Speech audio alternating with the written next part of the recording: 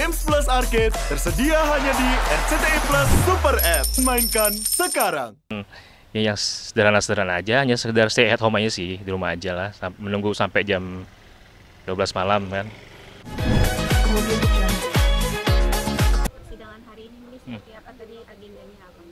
Ya, saya kira hari ini bakal ada hakimnya. Rupanya hari ini hakimnya lagi sakit ya, berhalangan, kata tadi pagi dari kemarin pusing, terus tiba-tiba sekarang lagi dirawat. Jadi hari ini lebih ke arah memberitahukan bahwa hakimnya tidak bisa hadir, jadi sidangnya akan dilakukan di Selasa depan.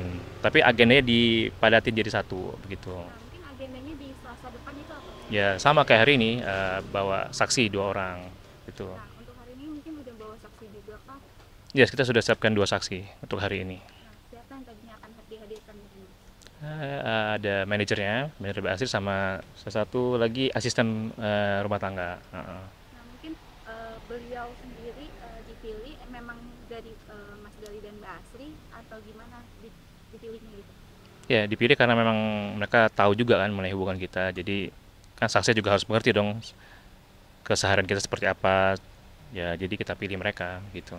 Mas ini cukup kecewa nggak sih karena ditunda dan harus nanti di ini lagi? Saya sih udah ngalamin maksudnya di tahun ini benar-benar berat ya. Jadi kekecewaan saya udah habis lah ya, maksudnya ya terserah lah, mau tiba-tiba tunda ya legowo aja gitu. Jadi kecewa sih nggak juga, cuma ya apapun yang terjadi saya legowo aja. Karena kan ya namanya proses ya. Ya mungkin ini Allah ngasih waktu lagi nih supaya apa, untuk mungkin ada untuk berpikir seperti itulah. Tapi kita yakinkan bahwa kita akan tetap proses untuk cerai. Tapi Mas mungkin untuk nextnya sidang tanggal berapa? Tanggal 31. 31 Desember. Satu. Itu akan sekalian putusan atau gimana? Kayaknya enggak ya, kayaknya putusan tahun depan ya, masih lama tahun depan ya, masih lama. Putusannya tahun depan sih sepertinya. Jadi hanya untuk saksi saja? Ya, hanya buat saksi saja. Oh, ya. Mas mungkin update sedikitnya menjelang akhir tahun, mungkin sudah mempersiapkan apa untuk berlibur bareng anak-anak? Wah, ya tadi ya sih sudah ada planning ya, tapi ya namanya ya harus kita ada peristiwa perceraian ini, jadi mungkin ya yang sederhana-sederhana aja, hanya sekedar stay at home aja sih, di rumah aja lah, menunggu sampai jam 12 malam kan, paling begitu. Mas sendiri kan lagi pergi ke luar negeri, Mm-mm. anak-anak dititipkan Mm-mm. itu kayak gimana? Ya kan ada, selain saya ada juga ibu mertua saya, dan ada juga saudara-saudara saya, jadi pastinya mereka tidak akan kesepian.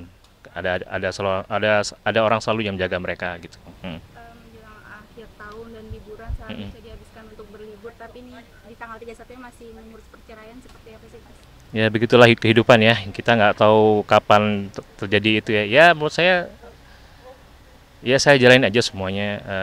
Ini saya anggap sebagai pembelajaran lah ya, sebagai tantangan juga. Ya di mana orang-orang sedang have fun, sedang dengan family-nya, tapi kita malah sedang mengurusi persaingan. Ya namanya sedang apa ya, sangat-sangat dekat sama Allah ya, saya jalanin aja semua prosesnya. Berarti nanti tanggal 31-nya benar-benar di rumah aja atau nanti setelah tahun barunya akan liburan bareng anak-anak Mas? Belum ada kepikiran apa-apa sih. Yang udah pasti stay at home.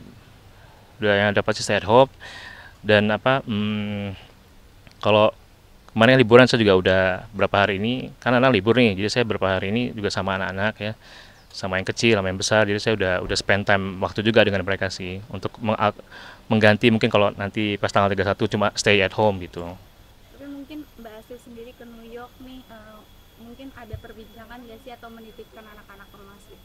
Ya kita whatsappan Mas, titip anak-anak ya. Dia belum pergi, ada kangen katanya mah, tapi karena ada pekerjaan yang harus dia lakonin ya, oke, tenang aja, semuanya apa akan jagain mereka kok gitu. Kan ada ibu mertua, ada manajernya juga, jadi ada mbak-mbaknya juga akan selalu jagain mereka gitu. Di New York berapa lama Mas Mbak Asri? Kayaknya baliknya Januari kayaknya. Mungkin dalam rangka apa sih Mas ke Nah itu yang dia kan sedang menyiapkan produk dia yang namanya Didi Semesta. Jadi karena Januari udah full book schedule dia, makanya dia cuma ada waktu di Desember ini buat kesana, buat mempersiapkan tokonya. Terus ada beberapa request dari customer, kan itu tadi motifnya batik. Nah, ada yang request gimana kalau motifnya yang Amerika deh, yang motif-motif apa ya, Amerika tuh mungkin motif-motif gedung-gedung New York kayak gitu. Bisa nggak bikin kayak gitu? Oh bisa. Nah, makanya dia bawa kainnya itu, terus dia akan gambar di sana begitu. Nah mungkin emang selalu komunikasi dan saling bergantian untuk menjaga atau gimana sih Mas? Biasa kita selalu kalau komunikasi kok. Ya kalau gantian kan bisa weekend saya datang gitu. Apalagi kalau asli saya lagi di luar ya saya akan keep in touch sama anak-anak terus gitu. Tapi mungkin akan ada rencana liburan bareng nggak sih berdua gitu? Karena kan mengingat anak-anak juga pasti ingin bareng sama Kemarin sebenarnya mau ke apa ya? Ke Pulau Seribu, cuma kebetulan pas saya harus sidang juga di sini kan, jadi nggak bisa bareng-bareng. Kedepannya sih mungkin ada someday ya, mungkin sempat mention kemana gitu, tapi saya belum tahu. Ya mungkin tahun depan kali ya.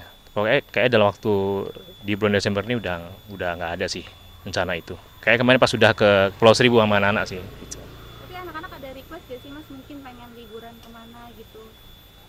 Kalau kebetulan yang nggak terlalu banyak request, mungkin yang kecil ya, yang kecil suka pengen ke sini, pengen ke sana, tapi mereka nggak ada spesifik request. Yang penting kalau mereka pengen main, ya udah main aja ke playground, kemana ke mall, atau pengen berenang kita ke sport center, paling begitu sih.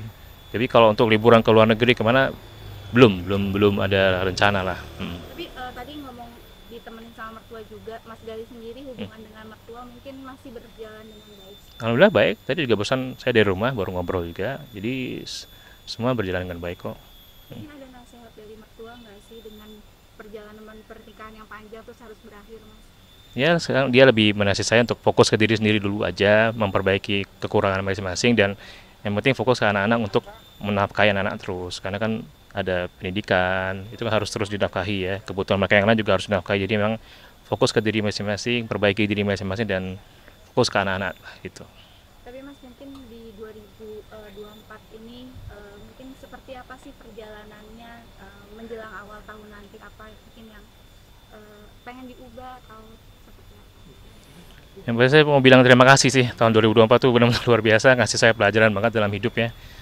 Yang pertama saya nggak nyangka ya, tahun 2024 tuh akhirnya saya harus di meja sidang menghadapi gugatan cerai. Itu saya nggak nyangka, karena yang ada dalam pikiran saya itu kita sudah sudah berhasil mengatasi masalah kita dan kita akan terus bersama. Tapi ya namanya hidup ya, selalu ada ups and down ya. Saya bilang nih tahun pembelajaran yang paling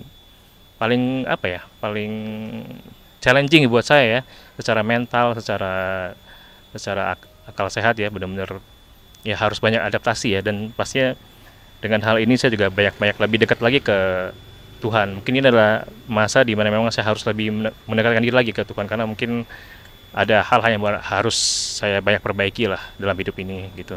Ya nggak gampang, sangat tidak gampang, dan saya berharap hanya saya aja yang ngalamin ya, moga-moga yang lain jangan sampai ngalamin ya, karena ya, ini sangat-sangat berat. Tapi dengan berjalan waktu, dengan selalu mendekatkan diri ke Tuhan, insya Allah kita bisa ngadapin ya. Ada target nggak sih mungkin di 2025 Mas? Target saya sih lebih ke arah mikirin ya itu, lebih mikirin diri sendiri ya, mungkin lebih mikirin kesehatan diri, mungkin lebih mencoba untuk olahraga, mungkin lebih sering olahraga, banyak hal-hal positif lah ya. Selain itu saya juga fokus ke bisnis saya, lebih fokus lagi dari sebelumnya ya, karena itu kan kita harus selalu membiayai anak-anak kita. Jadi kita jangan sampai perceraian ini kita sampai nggak bisa memberikan terbaik buat anak-anak kita gitu.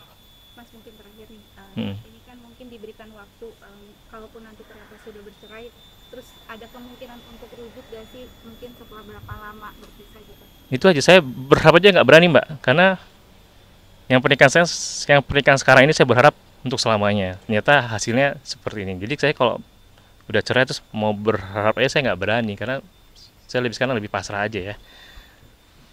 Karena kalau berharap nanti takut berharapnya tinggi, tiba-tiba emang ya sudah, emang di sini endingnya, jadi saya kecewa lagi. Jadi mendingan saya ya udahlah, saya hadapin aja, saya pasrah aja bagaimana Allah nanti membawa saya kemana gitu. Karena kan ya namanya sudah cerai kan ya akan banyak skenario kan, seperti apa kan. Ada yang bilang ada yang bisa rujuk, ada yang bisa akhirnya jalan masing-masing, ada juga yang mungkin punya pasangan baru kan. Itu sama saya nggak kepikiran sih tiga hal. Saya cuma hanya mau menjalani saja sih.